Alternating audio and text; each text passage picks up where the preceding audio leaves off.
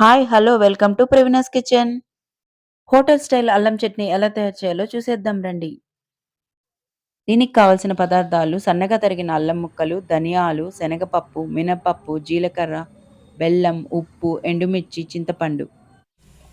ఇప్పుడు స్టవ్ వెలిగించి పాన్ పెట్టుకొని 4 టేబుల్ స్పూన్ల ఆయిల్ వేసుకోవాలి. ఆయిల్ వేడెక్కిన తర్వాత 2 స్పూన్ల శనగపప్పు, 2 స్పూన్ల మినపప్పు, 2 స్పూన్ల ధనియాలు, హాఫ్ టేబుల్ స్పూన్ జీలకర్ర వేసి బాగా వేయించుకోవాలి. ఇప్పుడు ఒక నిమ్మకాయ సైజంత చింతపండును కూడా తీసుకొని నానబెట్టుకోవాలి. ఇవి కొంచెం వేగాక ఇందులోకి ఒక 30 ఎండుమిరపకాయలు కూడా వేసి బాగా వేగిన తర్వాత ఒక బౌల్ అల్లం ముక్కలు కూడా వేసి బాగా వేగనివ్వాలి. ఇవి కొంచెం చల్లారిన తర్వాత ఒక మిక్సీ జార్‌లోకి తీసుకోవాలి. ఇందులో కొద్దిగా పసుపు, అరకప్పు బెల్లం తురుము, తగినంత ఉప్పు కూడా వేసి మిక్సీ పట్టుకోవాలి.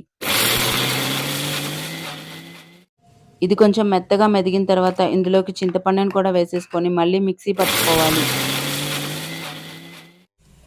ఇప్పుడు ఒక పాన్ పెట్టుకొని తాలింపు కోసం తగినంత ఆయిల్ వేసుకోవాలి.